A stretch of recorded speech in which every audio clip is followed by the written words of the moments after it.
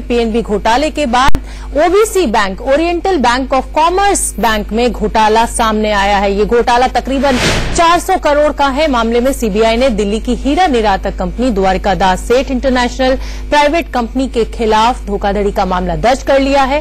Oriental bank of commerce ने 6 महीने पहले सीबीआई से इसकी शिकायत की थी। हम आपको ये 4 तस्वीरें दिखा रहे हैं। बैंकों से हेराफेरी मामले में अब मुंबई के बाद दिल्ली का नाम भी जुड़ गया है। नीरव मोदी, मेहुल चौकसी, रोटोमैक के मालिक विक्रम कोठारी के बाद दिल्ली के हीरा कारोबारियों पर सीबीआई ने ये केस दर्ज किया है। तो ये 2 घोटालेबाज आपके सामने हैं। तीसरा विक्रम कोठारी है और चौथा अब ये एक और नाम निकल कर आ रहा है जिसने ओबीसी बैंक में घोटाला किया है। पंजाब नेशनल बैंक महाघोटाले का आरोपी और हीरा कारोबारी मेहुल चौकसी ने अपने कर्मचारियों को पत्र लिखा है। 23 फरवरी को लिखे गए इस पत्र में चौकसी ने कहा कि मुझ पर झूठे आरोप लगाकर डर का माहौल बनाया जा रहा है। मेहुल ने अपनी चिट्ठी में अपने कर्मचारियों की बकाया राशि को चुकाने में असमर्थता जताई है। तो ये जो पत्र है वो मेहुल चौकसी ने इस घोटाले के सामने आने के बाद अपने कर्मचारियों को लिखा और एक तरीके से कहा जा सकता है तनख्वाहें नहीं देनी थी उनकी, तो इसलिए ये बात उनको पत्र के जरिए बताई गई। हमारे सहयोगी अभिषेक शर्मा हमसे जुड़ गए हैं। अभिषेक, तमाम जांच जारी है, तमाम जगह रेड्स चल रही हैं, जो भी कुछ चल रहा है इस समय का लेटेस्ट अपडेट आपके पास क्या है?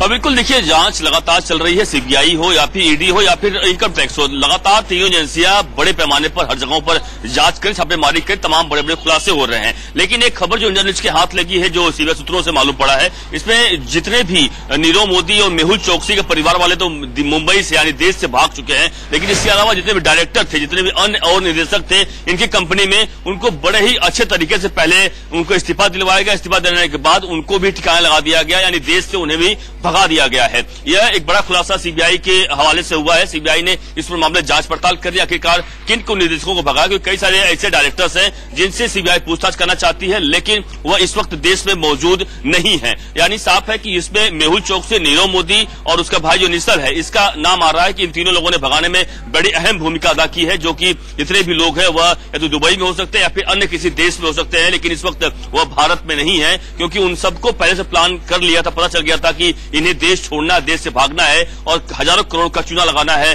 बैंकों को। इसलिए जितने भी डायरेक्टर हैं उनकी भी खोजबीन में सीबीआई लग चुकी है कि तमाम ऐसे लोग हैं। और इस बीच तमाम ऐसे भी और जानकारी मिली है, करीबन 200 से कंपनियां, जो इंडिया न्यूज पहले खुलासा किया हुआ है, 200 ऐसी सेल कंपनियां हैं जिसका खुलासा सीबीआई के हाथ लगा है। सीबीआई लगातार जांच पड़ताल कर रही है और उन सभी चीजों को लगातार खंगालती चली जा रही है। लेकिन इस बीच सीबीआई हो या ईडी या इनकम टैक्स का जो जांच का दायरा है वह थमा नहीं है, लगातार बढ़ता जा रहा है। आने वाले दिनों में हम देख सकते हैं कि और कई ऐसी अन्य और बड़ी गिरफ्तारियां हो सकती हैं, जो इस पर मामले पर लगातार उनकी इन्वॉल्वमेंट देखी जा रही है। अभिषेक, जो इस तरीके की कंपनियां होती हैं उसमें चार्टर्ड अकाउंटेंट्स होते हैं, तो क्या सीबीआई या ईडी जो इनके चार्टर्ड अकाउंटेंट्स हैं, क्या उनके ऊपर भी कुछ कार्रवाई कर रही है? क्या उनसे भी पूछताछ चल रही है?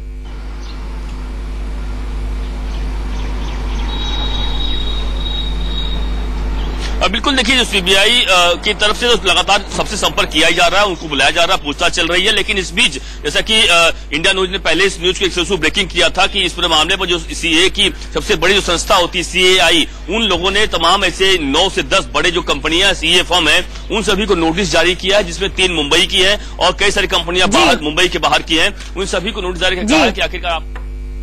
बहुत बहुत धन्यवाद अभिषेक आपका इस